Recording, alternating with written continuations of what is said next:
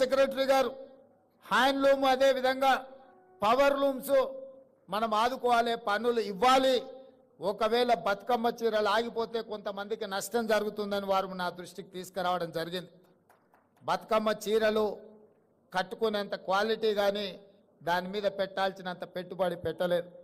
అందుకే ఈరోజు నేను మా మంత్రి అధికారి గారు చెప్తే నేను ఒకే మాట చెప్పిన, ఈరోజు స్వయం సహాయక సంఘాలు మా మహిళలు సెల్ఫ్ హెల్ప్ గ్రూప్స్ కింద 63 లక్షల మంది సభ్యులు ఈరోజు తెలంగాణ రాష్ట్రంలో ఉన్నారు.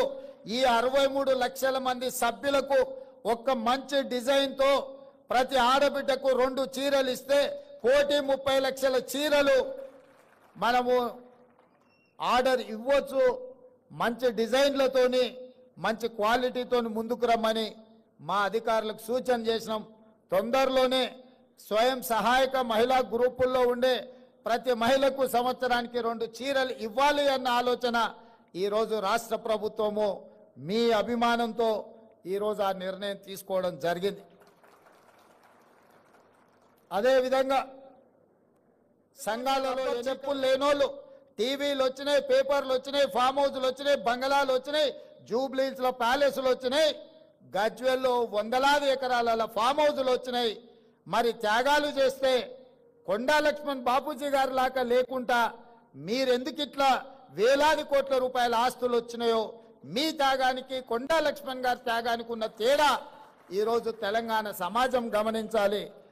త్యాగానికి మారుపేరు పదవిని తృణప్రాయంగా తెలంగాణ రాష్ట్రం కోసం త్యాగం చేసింది కొండా లక్ష్మణ్ గారు.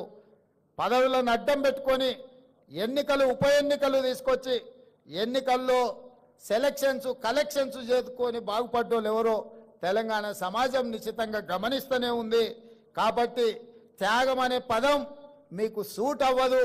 త్యాగం అంటే కొండా లక్ష్మణ్ గారు. కొండా లక్ష్మణ్ గారిని తెలంగాణ సమాజం ఎప్పటికీ గుర్తుపెట్టుకుంటుంది. తప్పకుండా వారి యొక్క గౌరవాన్ని పెంచే విధంగా తెలంగాణ రాష్ట్రంలో నిర్ణయాలు ఉంటాయి. ఈ ఇండియన్ ఇన్స్టిట్యూట్ ఆఫ్ హ్యాండ్లూమ్ టెక్నాలజీకి కొండా లక్ష్మణ్ బాపూజీ గారి పేరు పెట్టుకుందామని చెప్పి